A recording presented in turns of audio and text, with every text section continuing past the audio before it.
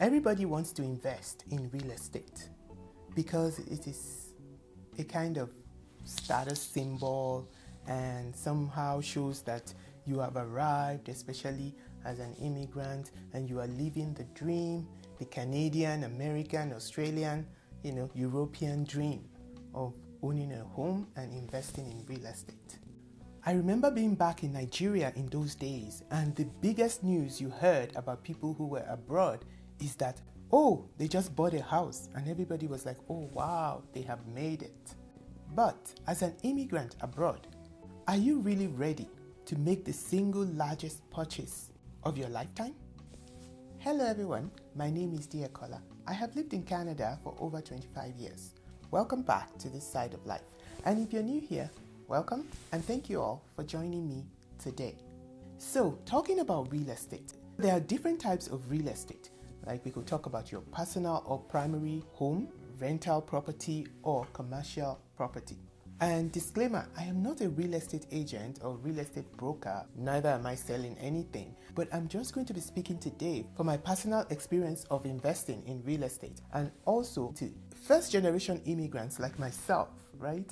Not people who inherited money from their parents or have a trust fund or anything like that, but those who are self-starters, who are resilient, who have come into their new countries with the determination to make something of themselves and build their own wealth. These are people who have a can-do attitude, who are wise and have the ability to build and make something of themselves.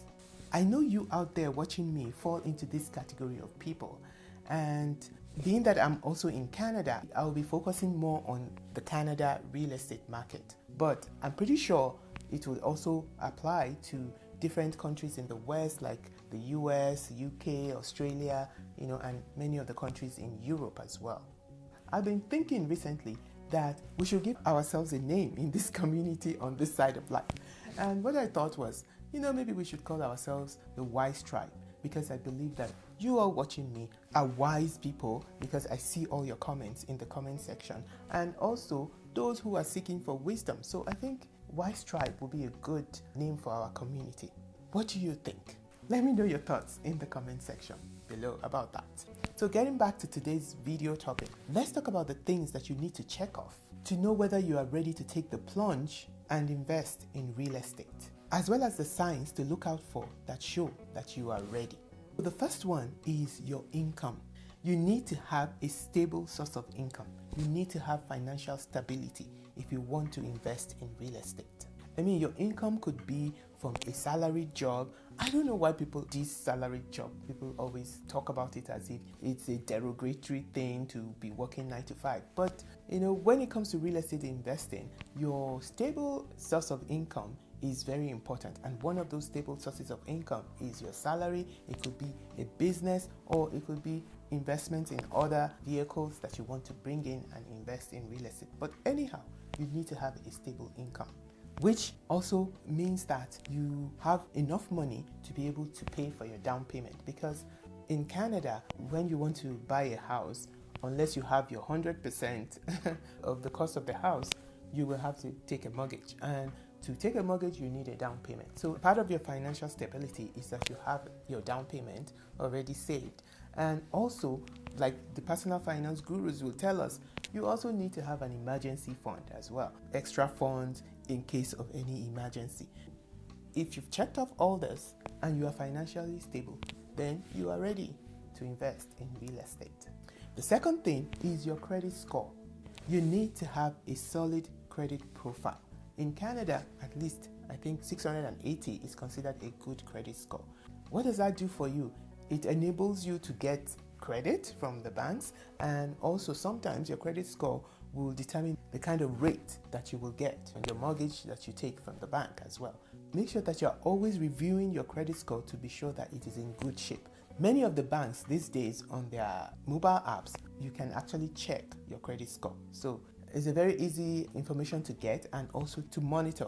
So if your credit score is in good shape, then that's another check mark that you are ready to invest in real estate. And if you're getting any value from this video, this is the time for you to hit that like button. Give us a thumbs up. It really helps to grow the channel and get the message out to more people. Thank you very much. Number 3 is research. This is one area that we as African immigrants have a challenge with. But to be able to invest in real estate, you have to do your research. You have to read a lot. There are so many resources on the internet and some courses that are good. I know there are so many courses out there that is just for the money, but there are some good ones and then some free ones that you can also take advantage of on the internet just to learn about real estate. I cannot overemphasize it. It is not going to be magic and it is not going to be something that you can just jump into. You need to improve your knowledge about the real estate market, especially in the area where you want to invest. Familiarize yourself with the market. What are the factors that are at play in terms of the prices of properties? When is the right time to buy? What is the impact of interest rates? And what are the different costs that you will incur? You need to understand the average prices in the area, the growth trends, and the demand for rental property if you are planning to rent out the property after buying it. These are all things that you need to learn and understand before you go ahead and invest in real estate. And apart from your down payment, there are so many other costs like your closing costs, the legal fees, your property taxes, insurance, cost of maintenance. These are all costs that you need to understand and make sure that they fit into your budget before you invest. You should also know about the real estate laws in the area where you want to invest. That is why you need to engage the services of professionals like real estate agents and lawyers and brokers so that you are doing things the right way. And also, sometimes there are incentives that you can take advantage of. For example, in Canada, there are incentives for first-time buyers that you can take advantage of if you are a first-time buyer. So you need to research these things and make sure you are on top of them before investing in real estate. If you have done all this and you have all the information that you need at your fingertips, then you are ready to invest in real estate. Number 4 is that you need to have clear investment goals. You need to understand and define what you want to invest in. Do you want to invest in your primary home, or do you want to invest in a rental property? Do you want to invest in commercial property? Some people, when they buy a house, like in Canada, the houses most of the time will have a basement. They will plan to buy a house where they can rent out the basement and live on the main floor. And I've even read about somebody who actually bought a house and lived in the basement and rented out the main floor because they were buying it specifically for investment, and so they felt like they can live in the basement and rent out the main floor because the main floor normally would, bring in more money than the basement. So yeah, you need to understand and define and be clear about your investment goals.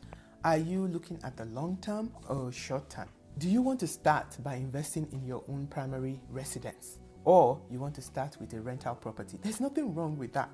Buying your first home and renting it out instead of living in it. Is that what you want? A clear goal will really help to shape your decisions around real estate investing, the location where you will invest in, the property type, and the financing, like single family homes or townhouses or in apartment buildings. Condos is another one that people like to invest in, even though I don't like condos because of my experience with condos. But after your research, you might decide that it is a condo that you want. Just make sure that you are clear about your investment goals before you go ahead and invest. Some people actually don't even think that you should buy property. They don't believe in investing in real estate. They say you should invest in stocks instead. I do invest in both of them, but that is a story for another day. All right. The final point I'll make is that you need to be personally ready and committed to real estate investment. Real estate investment is a long-term investment. It is not a get-rich-quick type of investment, even though some people might want you to think that and they talk about flipping and all these things. But you need to be committed to possibly ups and downs in the market and riding the wave of interest rates going up and down and rent going up and down. It is a multi-year commitment, and there is a lot, especially if you want to be a landlord and you want to rent out your property. There is a lot that is involved in that. Are you going to find a property management person or property management company to help you manage? Because you will be called. I have been called in the middle of a rainstorm that, oh, something is leaking somewhere and you have to get out and get into the rain and go outside and see what you can do for your tenant. Some people, to save money as landlords, they have learned to become mini plumbers and mini electricians, and they can go out to their property and fix certain things, small things that need to be fixed, instead of calling somebody to come and fix it and then paying a lot, because you are looking for that cash flow from your investment. So yeah, you need to be prepared for that. And also, any investment, including real estate, has a level of risk in it. And so you need to look at your risk tolerance as well and build that into your considerations when you are investing in real estate. So once you have checked off all these points that we talked about today, then you can be confident that you are ready to invest in real estate. And now that you are ready, in subsequent videos, we can talk about how you go about doing that. And I can also share with you some of my experiences in my own journey of real estate investment. That's it for today. I hope from this video you can actually decide whether or not you are ready to start your investment in real estate. Are there any other things you think I omitted? Do you agree or disagree with what I have said? I would love to know your thoughts in the comment section below. And don't forget to like, share, subscribe, and hit the notification bell so you know whenever I upload new videos. Also, stay tuned to this channel for much more interesting content coming your way. Until I come your way again, until the next video, you go out and make it the best days of your life. Bye.